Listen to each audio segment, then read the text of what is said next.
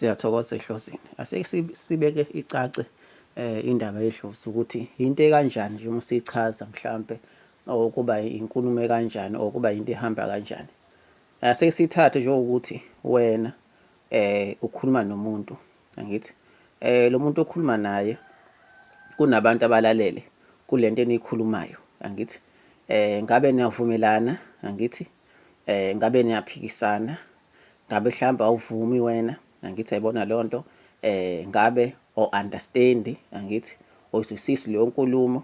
mhlawumbe usadinga ukuthi uchazelwe or uvezelwe iy'bonelo or uboniswe iy'bonelo, angithi ngabe oyithandi lento oyikhuluma nalowo muntu, lento ayishoyo kuwena, ngabe oyiboni lento ayishoyo, kufanele akudlalele mhlampe, angithi iy'bonelo ezibonakalayo ngokwenyama, ngabe kufanele akudlalele iy'bonelo ezibonakalayo ngokwamoya. Uma uthi awusikholelwa bakwenzela iy'bonelo ngala, angithi izibonelo-ke zike zingabi zinhle, just ukuthi uyi-understand, uyibone into, angithi kuyenzeka kanjalo, ezinye zinhle ezinye azikho zinhle. Kodwa ngizama ukusho kahle kahle, angithi indaba phakathi kwakho nedlozi lakho, indaba phakathi kwakho nezithunywa zakho, kuneminye imoya behind lokho, kwi-background ongayiboni wena e-involved, angithi elalelayo inkulumo yenu, angithi ngabe wena uyaliphikisa idlozi, ngabe uhambisani nedlozi lakho, angithi ngabe lento elishoyo awuyithandi, ngabe ufuna uyenza yakho indlela, le moya ilalele, angithi ave idlozi lakho ethatha isinqumo ukuthi okay, awuzwa, angithi awulaleli or u-understand or uyavumelana nalokho abakushoyo. Ile moya ethatha isinqumo salokho ukuthi ngabe idlozi lakho uyalilalela ithunywa zakho, or mhlawumbe khona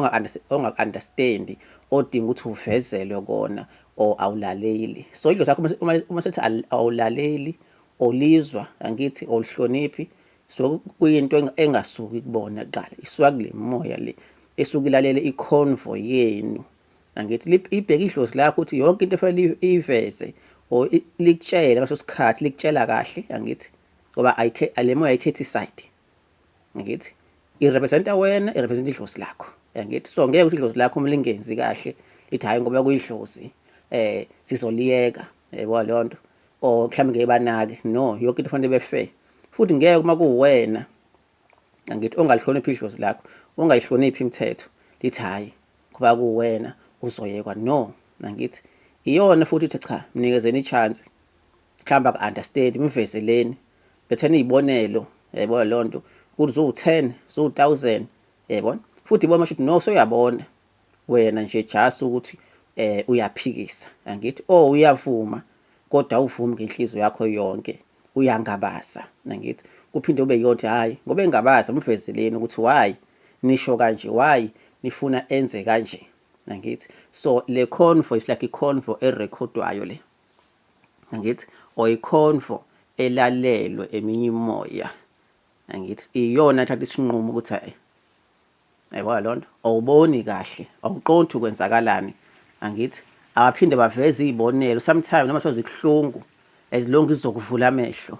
angithi, futhi uma sebona okay hayi usahloniphi, angithi iyona futhi, angithi ethi-ke idlozi lakho alenze kanje,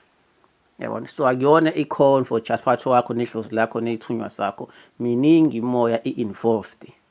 angithi behind leyo convo, angithi behind, angithi ukuthi wena u-acta kanjani, imoya yakho i-acta kanjani, yayibona, ayikhethi side. So ungakhali ngedlozi lakho, angithi uma mhlawumbe sekuvaleka amaphupho, uma engasacaci, angithi ngoba mhlawumbe likulethela, angithi wena ungawalaleli, angithi wena ungawalandeli, wena yayibona leyo nto, wena ungawahloniphi, ungani usekuvaleka iy'bonelo zakho ukuthi idlozi lakho ithunywa zakho. No, ile moya behind idlozi lakho, ngoba idlozi lakho alisiphethe, kunemoya engaphezulu kwayo, angithi kunemoya engaphezulu kwakho, lento isebenza kanjalo ukuthi ubani olalele, angithi uba oset up ama-rules, uba oset up i-meeting phakathi kwakho nemoya yakho, uyena okhipha isinqumo sokugcina,